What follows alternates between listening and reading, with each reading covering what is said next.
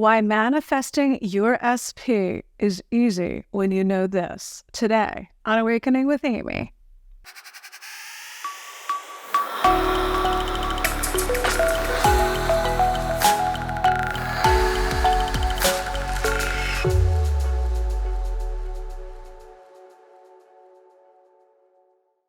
Hi, welcome. I'm Amy Valentine, certified life coach, hoping to awaken within you a mindset that you can be, do, and have any desire. And welcome. Today is our 100th episode of an Awakening with Amy, and I'm so excited. I'm so grateful and thankful to you all. Also, we reached 1,000 subscribers, which is like amazing. I'm so excited, and it's growing every single day. So I owe it all to you. Thank you for being here. So in this episode, I wanted to talk about a session I just recently had with somebody that scheduled a session because she wanted to manifest her SP back into her life. And she just wanted help with kind of tweaking her process, right? Her affirmations, etc. So let's call her Faith, not her real name, but I thought that name was appropriate for this topic because I haven't really talked much about manifesting your specific person because it's my belief that no matter what it is, it's the same. Meaning understanding that if you want money, you want this SP, more abundance, a job, a house, whatever the specifics are, the process is the same. Right? So it's not the specifics. I told Faith, I said, do nothing with the specifics. So before I get into what, we kind of talked about, let me tell you little high-level details about her story so you have a better understanding, because I bet a lot of you have the same scenario. Basically, she dated this guy for a couple weeks. They had a wonderful time. They had an instant connection. And she really was excited to explore this relationship further. However, this is where the doubt comes in. They don't live in the same country. So what ended up happening the last time they hung out, he said to her, listen, Faith, I am really enjoying your company. I think we have a great connection, but he's like, can we keep in touch as friends? Obviously, I don't think it can be more right now because, we both live in different places. And her answer was basically like, yeah, no thanks, but no thanks. She wanted more. She said, if we can't be, investigate this and to see where it's going to go, she said, I don't want to be friends. I don't want to keep in touch. Right. So they went their separate ways. And then, of course, every guy, she had I think 3 or 4 different guys ask her out on a date. She said, Amy, what is going on? She said, I started to realize I don't want to go out with anybody else. I want to go out with my SP that wants to be friends. She's like, so I've been affirming for that. I'm affirming that he's moving. She's like, I'm doing it nonstop all the time. And she's like, nothing is happening. Nothing is moving. And yet she's like, I find it easy to manifest money. I find it easy to manifest, good times with friends. She says, I find it easy to manifest work-related things as well. And she said, in every other area. And she was like, so confident. She knows Neville's teaching. She knows all this stuff. And she said, what's going on? What am I doing wrong? And I said, there it is. Underneath it all, I said, there's 2 things going on. Number 1, you feel like you're doing something wrong. So you're efforting and you're trying harder. And when you try, you're chasing something and it has to run away from you. And I said, number 2, you're putting that SP on a pedestal. You're making him more important than your desire. And what is your desire?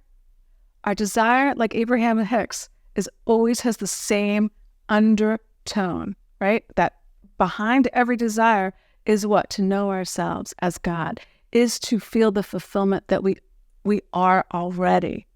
It's to feel good, our natural state of goodness, of love, right? Not that fleeting, 3D feeling of goodness. No, to know yourself as creator, as one with God. I said, that's what every desire, Every desire is to know yourself in a different way as God, right? It's powerful. So I said, do nothing with this story. I said, get really general. And at first she wasn't really on board with it. She's like, I can't get general. I have to get more specific. I said, no, that's not working because you're putting too much importance. When you put inflated importance on something and you got somebody on a pedestal, it's always going to be out of reach because you're not corresponding with the person, being the person that relationship is available to you. I said, you're being the person that has to make it happen. I said, so that's lack. You're coming from a state of being that I'm lacking something, and I think that this person will make me feel better. And then it hit her. She's like, oh my God. I said, yeah, you're not putting everything else on a pedestal. That's why it manifests like that. I said, that's why. I said, think about all those other guys reaching out to you and asking you out for dates as evidence that you are that fulfillment. But when you apply it to the specific person, now you're coming from non-fulfillment. You're being that person that can't have that relationship. You're putting all these stipulations on it. I said, so just leave it all alone just for now. I said, get general. The desire is mine. It's already done. Everything is always working out for me. I said, make that your affirmation before you get specific. Feel that inner conviction, right? And this is how you do it. This is from a lecture. Neville Goddard, once again, he did a lecture called The First Principle in 1969. And he said, manifest anything, SP, money, job, whatever, anything, by going back to the first principle. And he said the first principle, he quoted scripture, be still and know that I am God.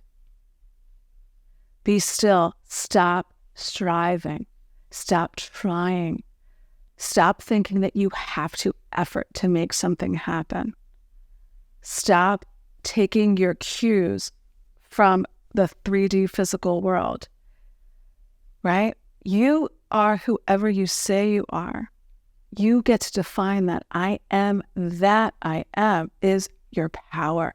Attention, remember, attention and focus is what manifests your life experience. Where are you dwelling, right? So Neville talked in this lecture about always going back, no matter how many doubts come in, no matter how many counter thoughts. He said, do nothing with those counter thoughts. Leave them be there, basically. I'm paraphrasing the lecture. But leave them be. Think around them. Manifest it anyway around those doubts by going back to the first principle. Be still and know that heart knowing, I am God. I am one with source energy. And that power works through me as me because it is God's will to give you everything you desire. But God cannot give you what you're not giving yourself. And how you give yourself your SP is by loving the desire, not putting it on a pedestal, knowing it's available, knowing it's a possibility, that all things are possible. So I don't have to believe that it has to happen in a certain way. No, that was keeping the relationship eluding her, him not contacting her, right? I said, him telling you all that, oh, let's just be friends. We can't be together in that way because we live too far apart. I said, that's coming from you. That's a gift. He gave you a gift. He gave you awareness that you were holding that story within and you didn't know it until he reflected that back to you. I said, leave that story alone because that's not what you want, right? Go into that stillness, that heart knowing. The heart just feels and knows the truth. It points the way. It doesn't explain, right? It's your physical mind that confuses us because the job of the physical mind is not to figure out how something's going to happen. It's not to get into the specifics of how and when. No, it's only to choose. It's only to experience what already is happening or has already happened. That's it. Everything else is just chatter. It's just the ego chattering away, confronting you with lack, right? So you don't have to believe that voice. Don't do anything with that voice. Don't give it your attention. Don't give it your light.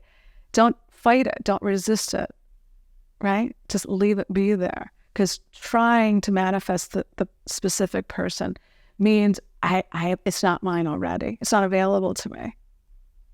And that energy emanates out, right? And it has to give you what you're giving yourself, right? As within, so without. So take the SP off the pedestal. Take all the specifics off the pedestal and know it's already done. It's already yours. And disregard any evidence of your senses. What did Neville say too? He said, I wrote this down, one of the greatest pitfalls in using the law of assumption is to focus on the things. Neville Goddard telling us, don't focus on the specifics. When you do, then that ego mind, that physical mind creeps in and says, well, you don't really believe that. You don't believe you can have a long-distance relationship. You don't believe he's going to move to where you are. You know, blah, blah, blah, blah. So when you focus on the specifics of the desire, you think you're focused on affirming the relationship with the SP, but what you're doing is you're affirming that it's not mine, because you're letting the circumstances have power over the desire, right? So that focus, when you think it's on creating that relationship, is actually on the lack of it, right? Like Abraham Hicks says, everything is like one big long stick. On one end is the absence of my desire, and on the other end is the fulfillment of my desire, right? So where are you focused? And really, it's not even like a big long stick. It's like, it's basically like everything's the same. It's just, who am I being when I look? Am I looking at my life and saying it's not mine? I can't have him, but I can have everything else I want in my life. It comes easily, right? No, you can have anything you want. Go back, like I said, go back to being general. Do nothing with the specifics. Don't mess in the specifics. Go from the desire and it's mine. That's it. Be still and know. First principle, Neville Goddard. Keep going back. That's what he said. He always said it's about frequency and intensity, that you go back to your I am. Your I am has power over all those fleeting conditions, all those thoughts of doubt and fear. That's why Jesus said to Pontius Pilate, you have no power over me unless it was given from above. What's the symbolism? Pontius Pilate represents the unwanted conditions, the physical reality, trying to exert its authority over our I am. And Jesus representing our I am, our higher consciousness, saying, you don't have any power over me unless it was given from above. What's above? I am, whoever I say I am. I am one with the Father. It is the Father's good pleasure to give me the kingdom, whatever you wish, right? So you don't have to believe in the specifics of the desire. Just go back to your I am, believe in that. Be still and know you already are that which you want to be. It's only your refusal to believe it that keeps it from you. Another Neville Goddard quote I paraphrased, right? That's what he's saying. The only reason is because you don't realize who you really are. You keep believing you keep believing you're the circumstances or the physical events. You keep thinking they're so solid and real when they're all malleable. So resist none of it, right? Love your desire. Go within. Put your focus back on your I amness, right? And know you can have and be whatever you want. You come from, think as the God does, as creator, right? As I am already fulfilled, I am it. And everything else is going to reflect that attention and focus within, okay? It's the righteous thinking from Scripture. That's what Neville said in the lecture, that repentance is really, the metaphysical meaning is to think right, it's a radical change in thinking, repentance, Neville said, is a radical change in thinking as I am whatever I say I am my desire, No matter what the physical circumstances reflect right now, it doesn't matter. You just leave them all alone and define yourself from the higher view, right? As God sees you, whole and perfect right now. That ego's never gonna believe in your greatness, and it doesn't need to, because it's only a construct of fear. It's only a thought of fear, and we don't give it any power. We don't give it our attention and focus. We just let it be there and let it just be afraid, right? And we shine a light on it, and we say, no, I know who I am. I am whoever I say I am, and everything else will begin to reflect that. So make everything mean your wish is fulfilled. Make your desire fulfillment to know yourself as God, not the specific thing, not the specific person, because that specific person is already yours, unless you're coming from a place that you can't have it, that you have to try to make it happen, right? It's all about the who, and the who is you. That's from that series, Loki. So that's the good news. The who is you, and you are whole and perfect right now. Just remind yourself that as often as you can. So thank you again, everybody, for being here. We'll do more on SPs, and the next year, we're going to do more videos. We do one a week now. We're going to do a bunch more, hopefully doing 2 or 3 per week, starting sometime next year, early next year. So thank you again. I'm so grateful and thankful for all of you. Thank you for your comments. I love them. Thank you for your questions. Thank you for liking and sharing the video and getting the message out there. And until next time, have a wonderful day.